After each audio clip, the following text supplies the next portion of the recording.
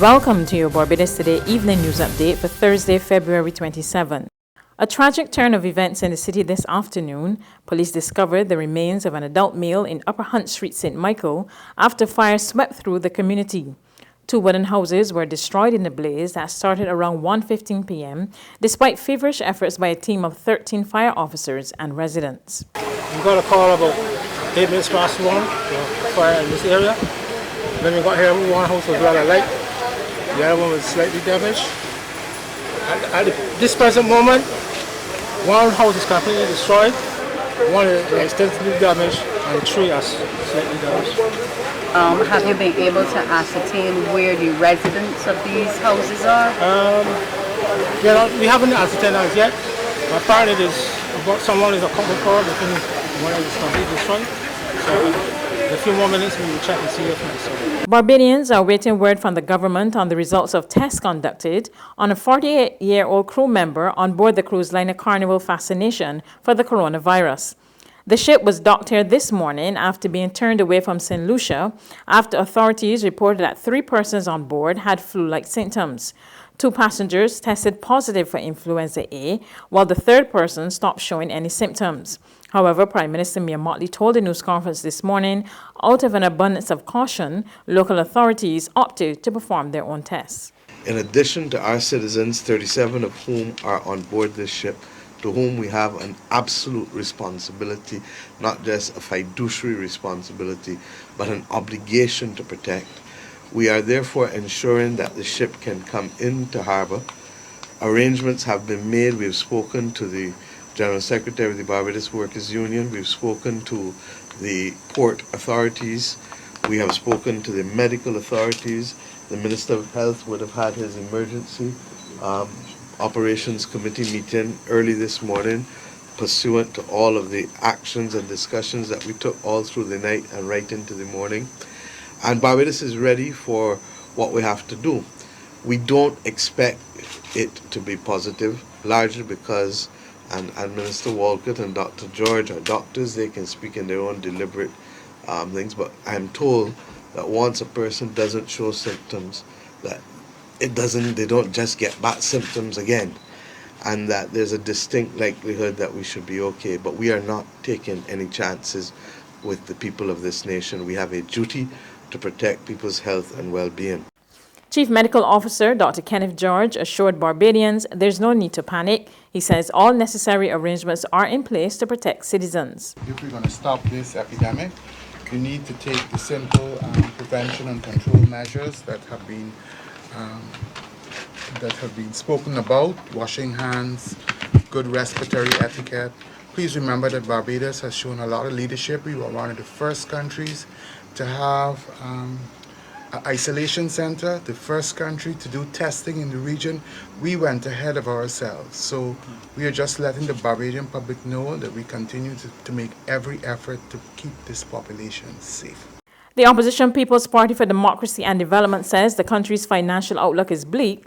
Opposition spokesman on the economy, Senator Crystal Drake, told a news conference today that the estimates, which were laid in the House earlier this week, reflects no growth, very little capital works, and hardship from increased taxation.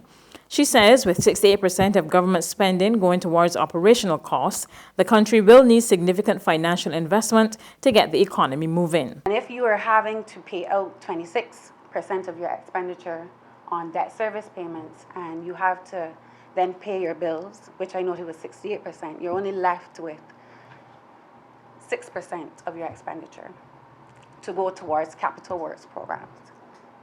And that is the key point here.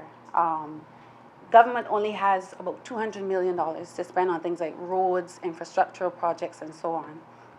And this is the important part, because if government does not have the fiscal space to inject money into the economy, then we're going to have ourselves in a situation where if the private sector does not inject those funds, we can actually see a greater negative effect on the economy.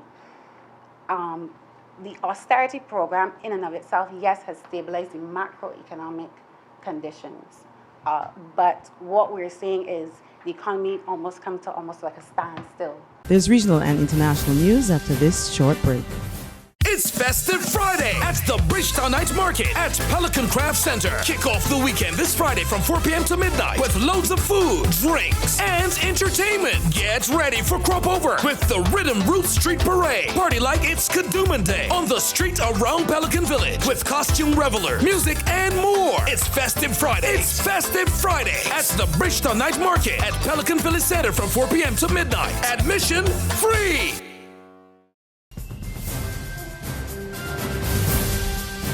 To regional news now, it's down to the final days, and the Guyana Elections Commission is saying that all is going well so far. But GCOM Commissioner Vincent Alexander has one concern. The details now in this Handel Duncan report. Guyana is just days away from heading to the polls, and GCOM remains on track with its preparations for the conduct of the elections. So far, so good. This assurance came from government-appointed Commissioner Vincent Alexander. I think that we are still within our deadlines and that there are no discernible difficulties in terms of holding elections on March the 2nd. Alexander is convinced that the preparations will lead to an efficient election. However, he has some concerns, and those are relative to the way Exxon workers have been treated. I am of the conviction that the law relating to proxies is applicable to Exxon workers and that the decision so far represents a disenfranchisement of those workers and possible vote suppression. Those workers, according to Alexander, numbers about 300. They have not applied. What happened? The company wrote requesting that they be treated as persons who can be granted proxies, and it was turned down. On the international front, countries in East Africa are racing against time to prevent new swarms of locusts wreaking havoc with crops and livelihoods after the worst infestation in generations. In northern Kenya, the next generation of locusts has already been born. But as the plague multiplies and spreads across East Africa and the Horn of Africa, governments hit by violence or a lack of supplies are struggling to hold back the tide. In a region where 19 million people already go hungry, the UN's Food and Agricultural Organization representative to Kenya, Dr. Tobias Takavarasha, says it's a disaster that eclipses all others. It is a big threat. It is the biggest threat. Much as we say drought is a threat, much as we say that floods can be a threat, but if we are trying to rank them, I think they're all threats, but desert locust situation is an unprecedented threat on food security. A single square kilometre swarm can eat as much food in a day as 35,000 people. And the FAO warned last month that, left unchecked, the number of locusts in East Africa could explode by 500 times by June. When eggs hatch, as they have been doing recently in Kenya's Archer's Post, the young locusts, or hoppers, are earthbound for 2 weeks and are more vulnerable to spraying. But this month, Kenya, the region's wealthiest and most stable country, ran out of pesticide for about a week and a half, leaving residents and farmers to watch helplessly as the crops they count on to feed their families were devoured. It's disturbing because we've never seen anything like this, and also when they land on the vegetation, they eat everything, even the grass. If this continues, they will eat all the vegetation. In neighbouring Uganda, the military has been deployed, hand-spraying trees in the morning before locusts take flight. Somalia, where the infestation was first reported in December, can't provide security to exterminators. Ethiopia needs 500,000 litres of pesticide for the upcoming harvest and planting season. That's news, but for the very latest, visit our website at www.barbadostoday.bb. You can also subscribe to our e-paper, email updates, or like us on Facebook, and sign up for our breaking news alerts via WhatsApp. We're also on Izumi Media and bus terminals, as well as screenplay at supermarkets and gas stations near you. You can also hear us on Mix 96.9 FM and Capital Media HD 99.3 FM.